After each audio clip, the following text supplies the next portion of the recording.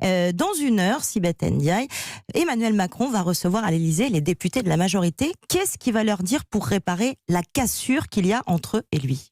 Alors d'abord, je ne crois pas du tout qu'il y ait une cassure entre le président de la République et les parlementaires de la République En Marche, ou les parlementaires de manière générale. On entendait à 19h un député de la majorité qui parlait comme image d'une tasse ébréchée qu'il faut réparer à la feuille d'or. Alors on est bien d'accord, il n'y a pas de cassure, il y a peut-être un petit accroc. Il y a eu de l'incompréhension, il y a eu un événement récent qui est le sujet du congé pour deuil après la perte d'un enfant, et donc il y a eu de l'incompréhension sur ce que voulait dire le président de la République. Moi je crois surtout qu'on est dans un moment où, à la moitié du quinquennat, c'est important de se poser la question au fond de la raison pour laquelle on est devenu marcheur, de la raison pour laquelle on a rejoint la majorité présidentielle, et au fond du projet qu'on veut porter dans les 2 dernières années ou 2 dernières années et demie du quinquennat. Et pourquoi ils doivent le rester, marcheurs? Mais parce que, en fait, moi je crois très profondément qu'on a réussi beaucoup de transformations depuis le début du quinquennat.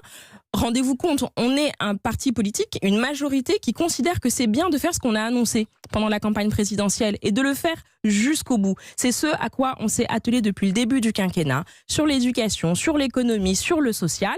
On a en ce moment un gros paquet qui est la réforme des retraites, qui est une réforme que moi je qualifierais, compte tenu de mon parcours, de réforme la plus à gauche du quinquennat, parce que c'est une réforme qui est puissamment redistributive envers les catégories de Français les plus modestes.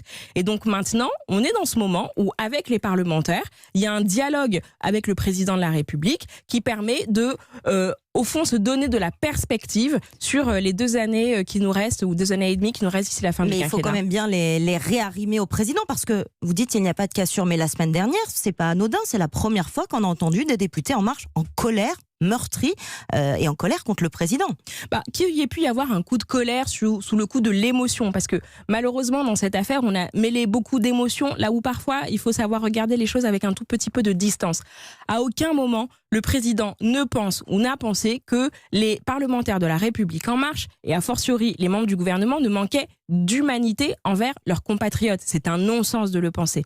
En revanche, ce que le président a voulu dire, c'est qu'il fallait qu'on trouve, entre guillemets, un chemin d'humanité pour faire en sorte que là où il y avait eu de l'émotion politique qui s'était manifestée et de l'émotion tout court, une incompréhension sur le choix que nous faisions, gouvernement et majorité, qu'il fallait expliciter mieux les choses et puis trouver ce chemin d'humanité qui nous permette de réparer une erreur politique manifeste. Vous pensez que la soirée ce soir à l'Élysée permettra de réparer tout ça et que ce ne sera plus qu'un lointain mauvais souvenir pour la majorité? Mais au fond, il n'y a pas besoin de réparer une cassure profonde, une distanciation entre le président de la République et les marcheurs. Ce qui se passe, c'est qu'on a un président qui est considéré, je le crois très profondément, dans la majorité comme étant au fond ce premier des marcheurs qui a indiqué une voie. C'est aussi parce que on a cru dans ce que défendait Emmanuel Macron de rupture avec la manière de faire de la politique, avec la manière de visiter les transformations dont notre pays a besoin, qu'on s'est tous engagés. Et donc à un moment donné,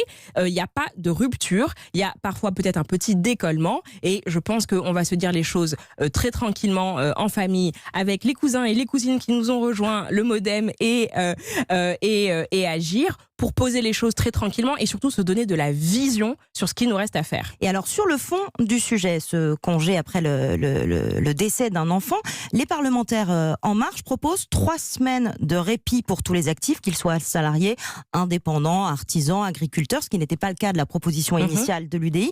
Est-ce que le gouvernement soutient cette proposition? Alors vous le savez, on est en train de faire des consultations avec Adrien Taquet qui est en charge de la protection de l'enfance d'un côté et Muriel Pénicaud qui est la ministre du Travail. L'idée, c'est qu'on puisse discuter avec les associations, discuter aussi avec les partenaires sociaux parce qu'ils sont nécessairement impactés par ce type de décision, pour trouver au fond ce qui est l'alchimie qui est la plus adéquate par rapport au moment particulier. Mais ça va dans le bon sens, ce que je pense que c'est une proposition qui va dans le bon sens, qui demande d'être encore discutée avec les associations, les partenaires sociaux pour finaliser les choses. Je pense que ça va dans le bon sens. Ce qui est important au fond, c'est comment on accompagne un moment qu'on ne peut imaginer qu'extrêmement douloureux. On a besoin de répit, on a besoin d'accompagnement parfois financier quand c'est nécessaire, et c'est tout ça qu'on regarde un peu dans le détail là.